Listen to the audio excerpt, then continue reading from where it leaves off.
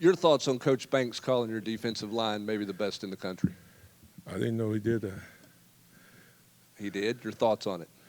Well, obviously, I would love to be able to ordain these guys to be that, but unfortunately, that's not the way it works. For us to be that, we've got to come out and we've got to put in work every day. We got to continue to grow. There are lots of areas that we've got to improve in, and I think they see that on the film. And, it's like I tell them, every day they go on the field, we're chasing greatness. Either we're getting better or we're getting worse. We're not going to stay the same. So, but I do not think, that we can afford to take a day off. I do like my room. There's some really good young men in the room. I think the energy's been great, throughout the first, 4 days of spring ball. I do like the trajectory that we're going on. But, when you start looking at us from a fundamental standpoint, there's just so many things that we have to continue to improve on.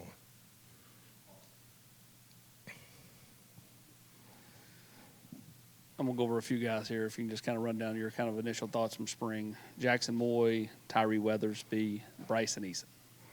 Like I said, overall, I think the group overall has done really, has trended the right way, I would say that. Jackson is a young man that transferred in to us from Stanford. We've been very pleased with him. I think his teammates, they love him. He's fit in really well here. He brings exactly what that room needs. He's a team-first guy. It's important to him. He loves being at the University of Tennessee. He's taking really pride in this. He's tough. He's athletic. He's smart. He's going to be a tremendous addition to the room. Weathersby, we are pacing him a little bit, coming off the injury, talking to the training staff and the strength staff. They feel like he is definitely on track to be, 100% by the time we get going with camp.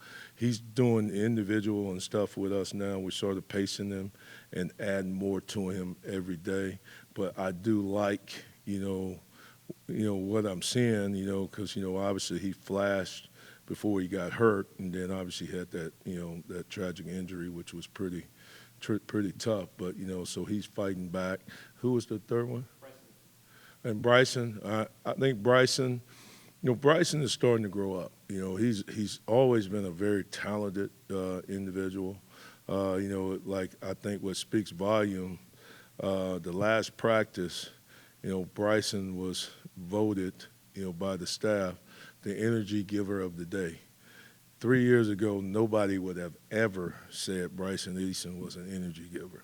But the way, and it's not that he's a rah-rah cheerleader type like that, but the way he has been practicing the first 4 days of camp, the energy that he's bringing, the juice that he's bringing, the attention to detail that he's bringing. And I'm hoping and thinking that maybe the light's coming on and that, hopefully he's going to take that next step. It'll be good for Tennessee and it'll be good for Bryson. You've got some older guys back from last year, and then you've got some younger guys that feel like it's their time to play. There could be an assumption that the older guys are guaranteed playing time. How do you want those younger guys to approach that challenge? Who said they were guaranteed? There's no guarantees. I mean, my guys know it's a bottom line business. It's about performance.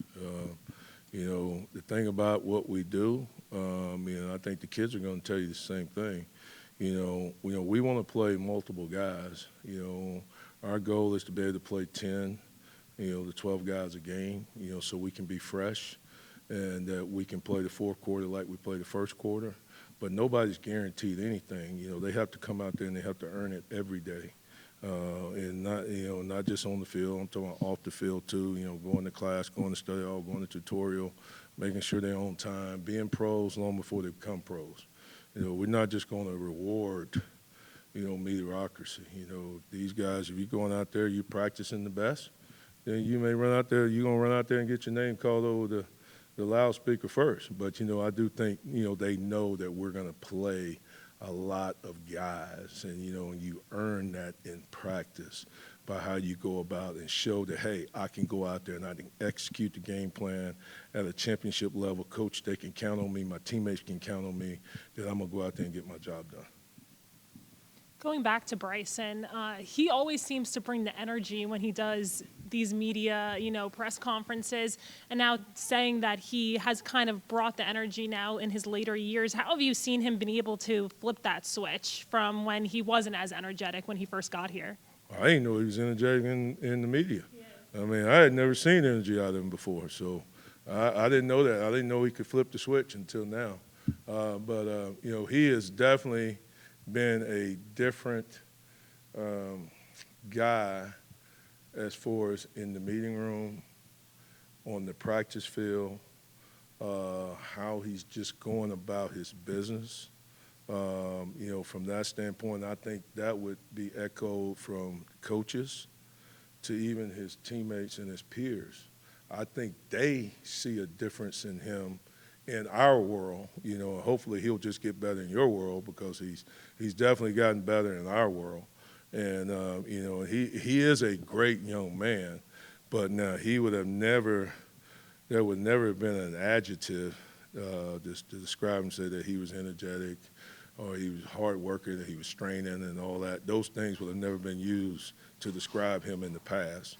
Where now these past 4 days, people are saying those things about him, and hopefully he's seeing himself have success in doing really good things on film, and he's going to continue to just stack good days on top of good days on top of good days on top of good days, and see where this thing can take him, because he is a talented young man. He's always been that. Coach, with James coming off the season he had last year, how do you approach him as a coach to try to even find the next levels that he can, and how have you seen his approach this offseason? To any complacency, or has he been pushing to even get? No one man is bigger than the program. Never, ever. All right, so James has, he had a really good season, but when he looks at that film, there's a lot of areas that he needs to improve on. I think he can see it if you open your eyes and be realistic. For what he wants to achieve and where he wants to go. There are some things that he needs to get better at, to make him that commodity. So you don't have any red flags or any negatives about you. So, he's been fine. James is he is a competitor. He's very smart. He's very talented.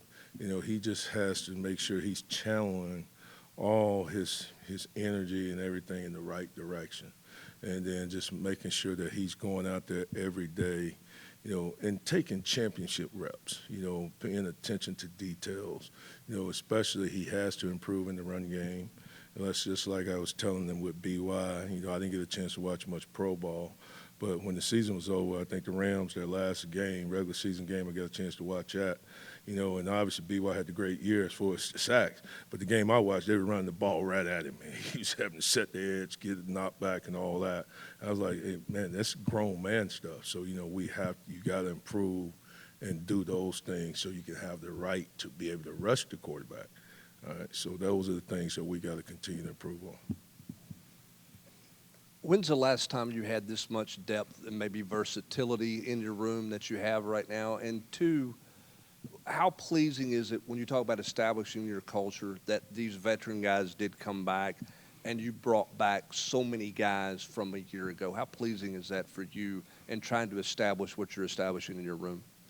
Well, I think the guys, are buying into what we believe, and what we preach. The one thing, I know everybody thinks it's cliche, but, I truly believe in my heart, that we all are blessed just to have the opportunity to be at the University of Tennessee. We've had some guys in the past that always felt like Tennessee was blessed to have us, and that's not the case, So these guys, I think they're believing in what we're doing, how we're doing things, that they understand it's bigger than us as individuals. It's bigger than me as Coach G. It's bigger than Coach Banks. is bigger than Coach Eck, is bigger than any one of them. It begins with the T and ends with the T. And I think they're starting to see that when we play together and we play as brothers, then we got an opportunity to achieve something really good.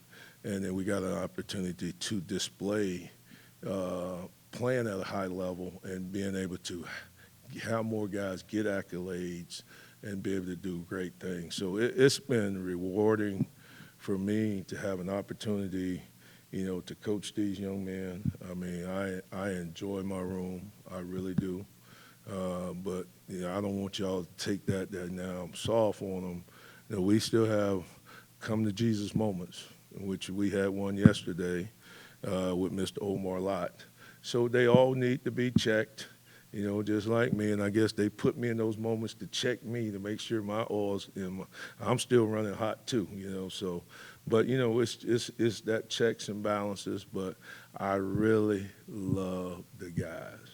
And my role is to try to minister to them and help them grow in all areas, not just on the football field, but academically, socially, spiritually, and athletically. So that's something we don't take for granted.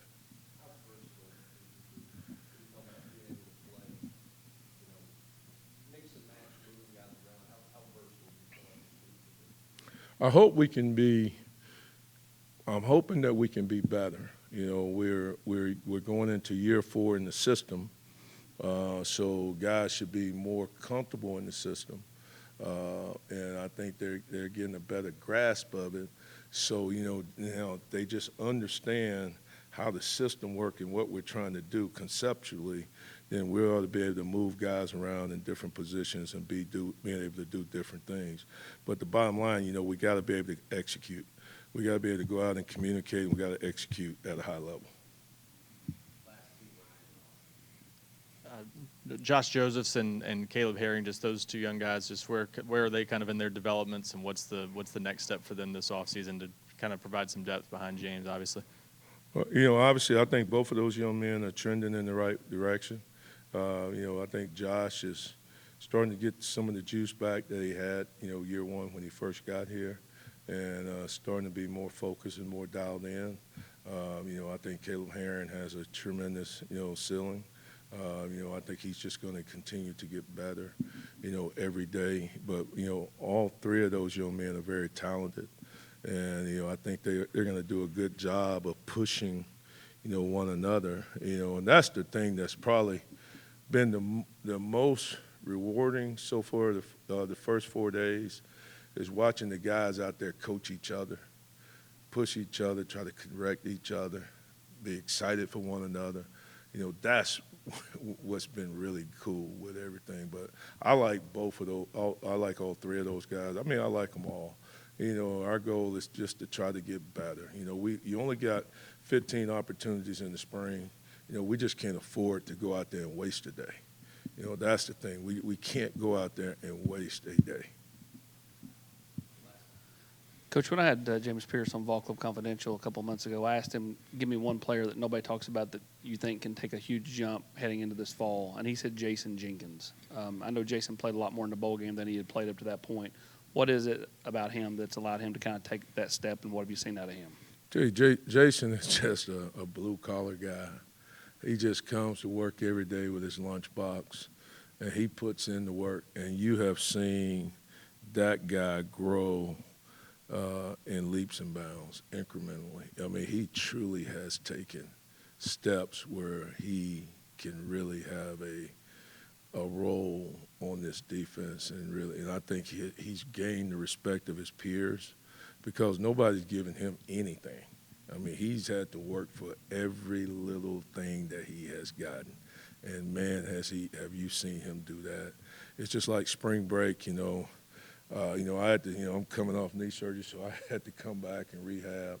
He didn't go anywhere.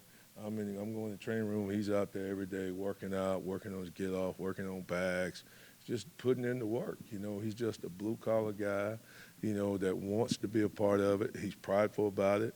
He loves this place. He wants to be here. I'm sure he could leave and go somewhere and probably would have had, a lot more, success, with that, just like, we had another young man leave before and go off to another school and did really well for him. So, we're happy that he's staying, and we're excited about his expanded role that we expect from him this year.